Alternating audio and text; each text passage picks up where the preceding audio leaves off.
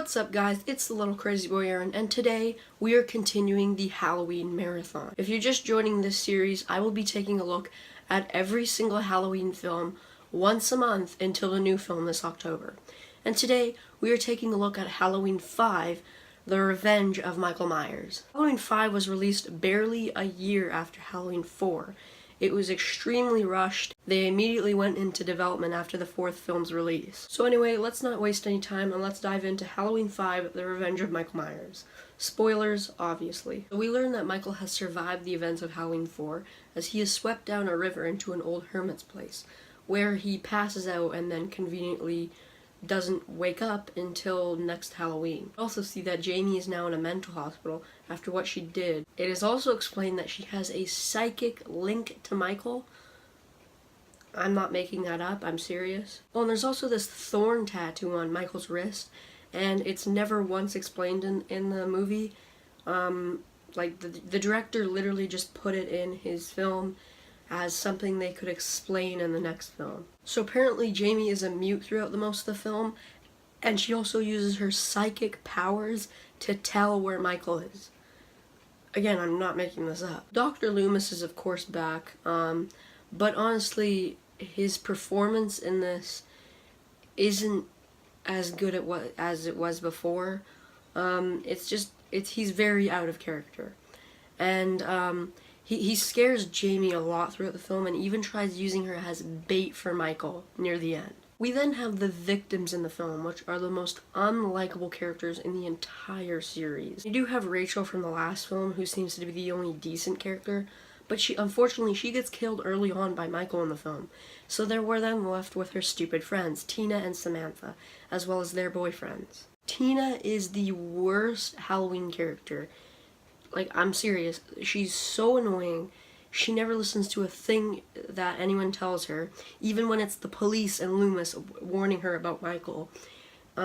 Seriously, the police warn her, Dr. Loomis warns her, even Jamie warns her, but she's too much of an idiot to listen to any of them. They all end up getting killed by Michael anyways, even Tina. After Tina and her friends get killed, Loomis, Jamie, and the police force challenge him to meet him at his house, which I forgot to mention looks nothing like the house they used in 1 and 2. Seriously, it's like a mansion with trees around it, and it looks nothing like the original. When they do get to the house, we are then treated with, in my opinion, the best scene in the film. It's actually very tense and unsettling, with Loomis slowly walking up to Michael, and he's just kind of like talking to him, and Michael is just staying silent the whole time, and he's holding the knife. It's a great scene.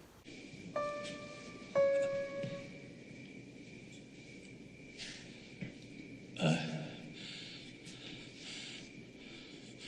know why you've come back, Michael. Because the little girl can stop the rage inside. She knows how to do it, Michael. If you let her, she can stop the rage. The rage inside. Oh, she's not up there, Michael. She'll take your rage away. Michael, you'll be better than ever. You don't need it.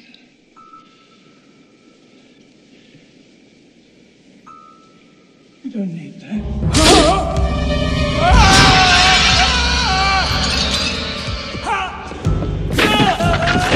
After this, Michael chases Jamie throughout the house and corners her in a coffin. Michael's about to stab her, but Jamie says something that changes things. She says, "Uncle, let me see," after which Michael takes off his mask. Now, we don't see much, but from what we do see, he looks completely fine after being blown up in a fire. Seriously, he should be scarred and just burnt to a crisp. His skin is completely clear from what we can see. Anyway, after Jamie tries to touch Michael, he gets mad and just completely rages out, and Jamie ends up running throughout the house even more until she is caught by Loomis, who uses her as bait, as I said earlier. It's completely out of character for Loomis, and even Donald Pleasance admits that he thought Loomis was out of character in this film. Loomis then gets Michael in a Scooby-Doo trap and then starts beating him with a board, And we then get the ending where he is taken to prison, but then a mysterious man in black breaks him out. We saw the mysterious man in black earlier in the film, and it's another one of the things that's never explained and something that the director put in the film for no reason as something they could explain in the next film. So that was Halloween 5. And from the horrible characters to Loomis out of character to the psychic connections between Michael and Jamie to all the unanswered questions, this is the first film in the franchise in which I simply don't recommend. It's one of the worst in the entire series, and I'm going to give Halloween 5, The Revenge of Michael Myers, a 3.5 out of 10. So before I end the video, I promised you guys I would give my thoughts on the novelization of Halloween 3. So what did I think of it? Was it exactly what I was expecting, or did it give me a different view of Halloween 3 and surprise me? Well, to be honest, it was exactly what I was expecting. It's the exact same as the film. Bye!